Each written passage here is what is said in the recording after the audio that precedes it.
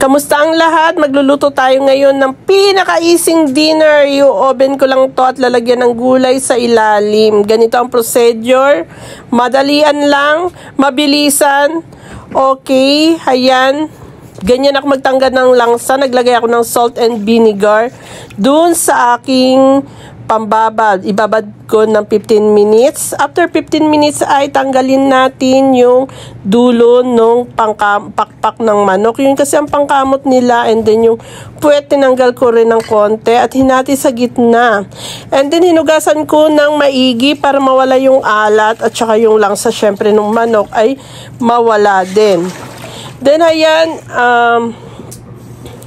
ang ginawa ko ay dinampian ko ng tissue. Pag walang tissue, okay lang. Turmeric, black pepper, cumin, Himalayan salt, smoked paprika, lemon, and oyster sauce. Ang aking condiments with oil yun, kunting oil, at imamarinate natin ng 1 hour, pwedeng magdamag para malasa. Then ayan, may magic sarap din ako at magic ko na nga yung mga gulay ko.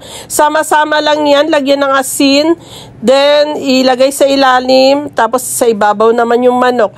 Pag naluto yung manok ay bababa yung katas nun, yun ang magpapalasa ng inyong masarap na gulay.